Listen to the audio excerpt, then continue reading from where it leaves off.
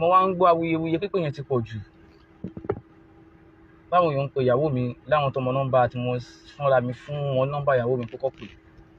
Mo wá ń gbọ́ tí wọ́n ń pe ìyàwó mi pípé yẹn pọ̀. Àdìsálà, wọ́n ní ó wà ní prison, wọ́n ní ó wà ní kíní, wọ́n ní ó wà ní ẹ̀sìn prison náà. Today is 31st of January, which is Saturday, and time tá a wà yìí, this is 2:22 p.m. lọ́sàn.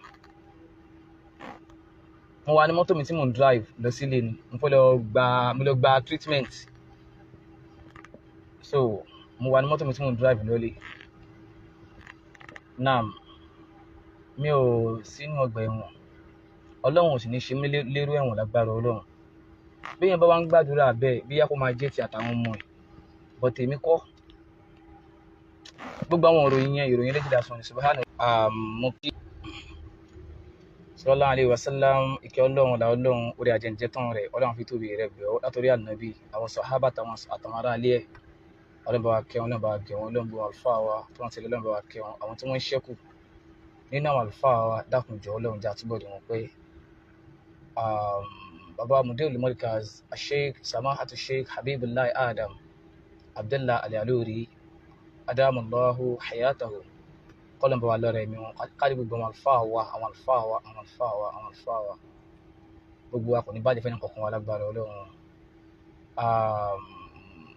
Ní kúkúrú èdè, lẹ́yìn tí mo ti kí Ọlọ́run, tí mo ti ká nàbí, tí mo ti dúpẹ́ lọ́wọ́ náà àtànábì wa Muhammad àtàwọn òbí tó bí mi, mo wá tún dúpẹ́ lọ́wọ́ àwọn ẹni ire, àwọn èèyàn bí èèyàn, àwọn èèyàn pàtàkì, àwọn èèyàn dáadáa,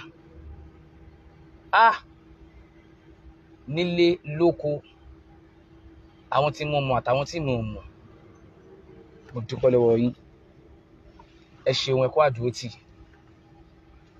Gbogbo àwọn ọmọ tí inú ẹ̀ ní dàdánwò lórí wọn o,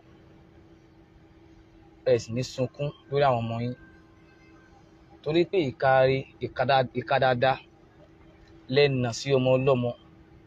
Gbogbo àwọn ọmọ tí inú ẹ̀ jèrè wọn lágbára Ọlọ́run. Mo really appreciate gbogbo yín gan. Ẹ kú àdúrótì. Ọlọ́run jó bàjẹ́ fún yín. Ẹ̀yin tẹ́ wà lọ́yọ̀ state, ẹ̀yin ti Lagos state, ẹ̀yin ti Kwara state, gbogbo ẹ̀yin tí mo mọ̀ àtẹ̀yin tí mi ò mọ̀, mi ò fẹ́ dárúkọ ẹnìkan kí má lọ bá gbàgbé ẹlòmíì. Gbogbo yín ni mo dúpẹ́ fún yín. Ẹ kú àdúrótì mi, kò ní bàjẹ́ fún yín lágbára Ọlọ́run. Fídíò mi yóò ní gùn torí ó fẹ́ rẹra díẹ̀, so wàhálà yẹn pọ̀, ó fẹ́ rẹra díẹ̀, mo ní láti lọ take care ara mi. But mo wá ń gbọ́ awuyewuye pípé yẹn ti pọ̀ jù. Báwọn èèyàn ń pe ìyàwó mi láwọn tó mọ nọ́mbà tí mo fúnra mi fún wọn nọ́mbà ìyàwó mi kókó pè.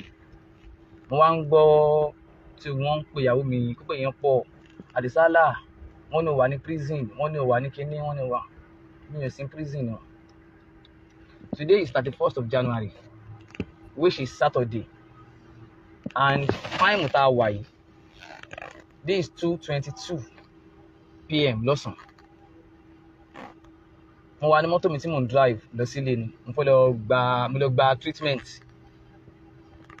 So mo wà ní mọ́tò mi tí mò ń drive lọ́lé. Now, mi ò sínú ọgbà ẹ̀wọ̀n. Ọlọ́run ò sì ní ṣe mí lérò ẹ̀wọ̀n lágbára Ọlọ́run. Bí yẹn bá wá ń gbàdúrà bẹ́ẹ̀, bí yá kó máa jẹ́ ti àtàwọn ọmọ ẹ̀. But èmi kọ́. Gbogbo àwọn ìròyìn lẹ́jìdá sọ ní subhanahu rabbika. Assalamu alaikum warahmatullahi wabarakatuh.